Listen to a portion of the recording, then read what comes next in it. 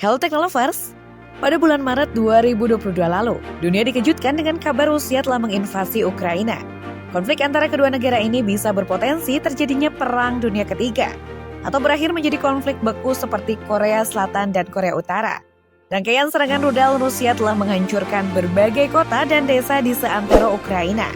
Lantas, bagaimana kondisi Ukraina sebelum dan sesudah perang? Yuk, simak ulasan berikut ini.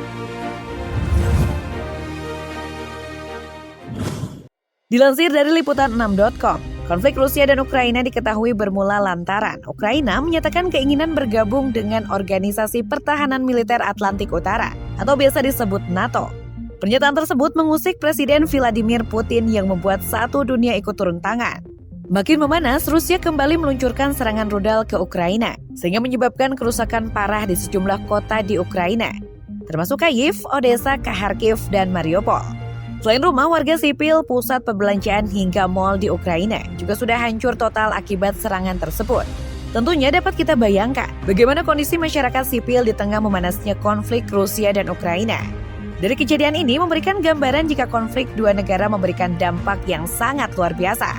Serangan ke Ukraina, kota-kota yang hancur kini menggali kuburan massal. Pengeboman oleh Rusia di beberapa tempat di Ukraina begitu intens, sehingga kota-kota besar terpaksa langsung menguburkan puluhan korban sipil di kuburan massal tanpa prosesi semestinya. Salah satunya di Mariupol, kota pelabuhan utara yang dihancurkan oleh serangan terus-menerus Rusia. Beberapa tempat pemakaman darurat telah digali dengan tergesa-gesa. Bahkan pemakaman kota yang sudah lama ditutup kini dibuka kembali. Dilansir dari BBC.com pada hari Minggu 13 Maret 2022, Dewan Kota mengatakan jumlah korban sipil telah meningkat di atas 2.100 jiwa. Serangan pasukan Rusia telah mencegah evakuasi massal dari Mariupol, meskipun ada upaya untuk membuka rute keluar yang aman.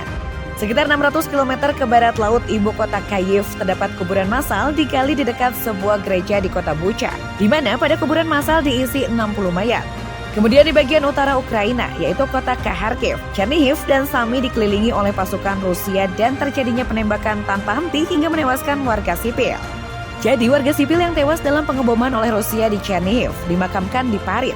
Dikarenakan pemakaman di kota utama di Yatsevo terus-menerus diserang oleh penjajah Rusia. Para korban dimakamkan di hutan Lychina. Selain bukit penguburan massal, ada juga data kuburan darurat. Bahkan ada seorang ibu dan anak yang dimakamkan di halaman blok apartemen baru mereka di Irvan yang telah hancur lebur oleh serangan Rusia.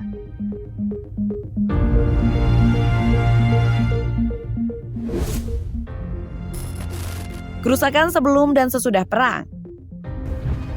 Di kota kecil yang letaknya hanya 20 km atau 12 mil barat laut dan telah berada di garis depan antara pasukan Rusia dan Ukraina selama seminggu terakhir. Artileri dan serangan udara telah menyebabkan kerusakan parah di daerah tersebut. Dengan satu serangan membuat daerah pemukiman yang awalnya berdiri bangunan kini hampir hancur total.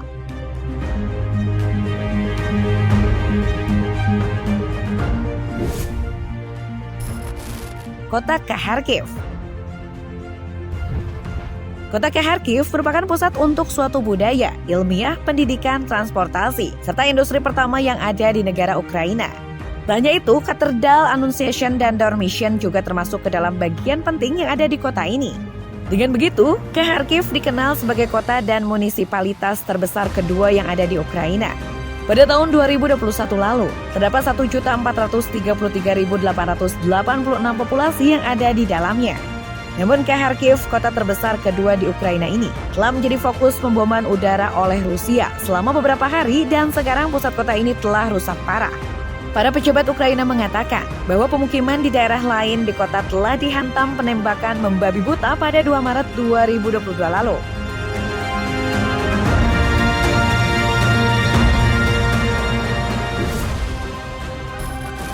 Kota Borodianka. Kemudian di Borodianka, sebuah kota 60 km atau 40 mil barat laut Kyiv, serangan yang dikeluarkan oleh Rusia telah menghancurkan beberapa tempat tinggal warga, di mana tingkat kehancuran tersebut sangat parah, seperti sisia bangunan terbakar serta kendaraan yang bertebaran di jalanan.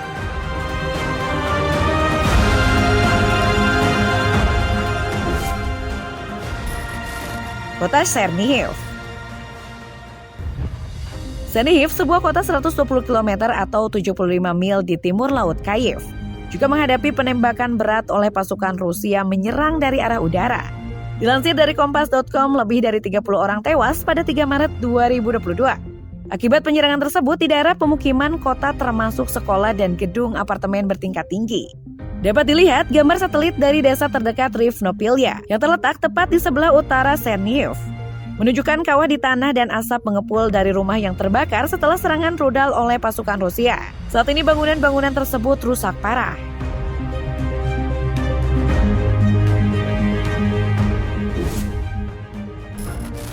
Kota Kherson. Kherson adalah kota pelabuhan yang terletak di selatan Ukraina, memiliki fungsi sebagai pusat administrasi Kherson Oblast.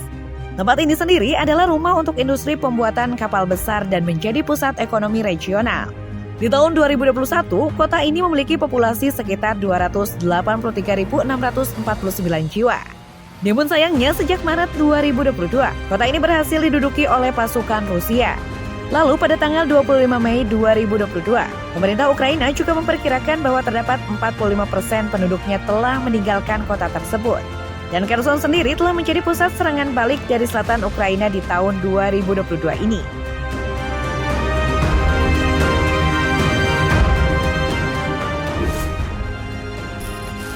Kota Lysychansk.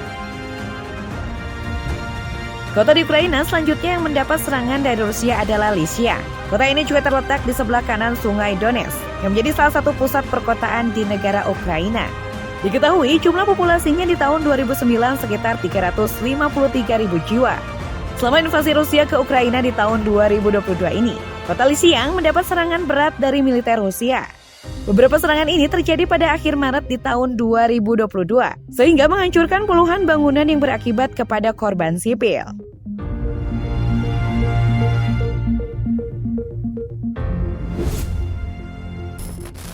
Kota Liman. Kota Liman merupakan kota di kawasan Donetsk, Ukraina. Secara administrasi, kota ini dimasukkan sebagai kota paling penting dan juga sebagai pusat administrasi. Lalu, selama terjadinya invasi Rusia 2022 ke Ukraina, Liman dikuasai oleh pasukan Rusia setelah pertempuran untuk kota di tanggal 27 Mei lalu. Namun akhirnya pada tanggal 10 September tahun ini, pasukan Ukraina maju ke Liman sebagai bentuk bagian serangan balasan ke Kharkiv, Ukraina untuk menyerang pasukan Rusia di sana.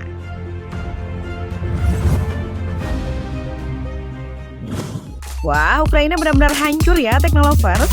Gimana menurut kalian? Apapun masalahnya, kalau aku sih nggak setuju perang ya. Oke, by the way, sebelum meninggalkan halaman ini, jangan lupa klik tombol like dan juga share video ini sebanyak-banyaknya. See you!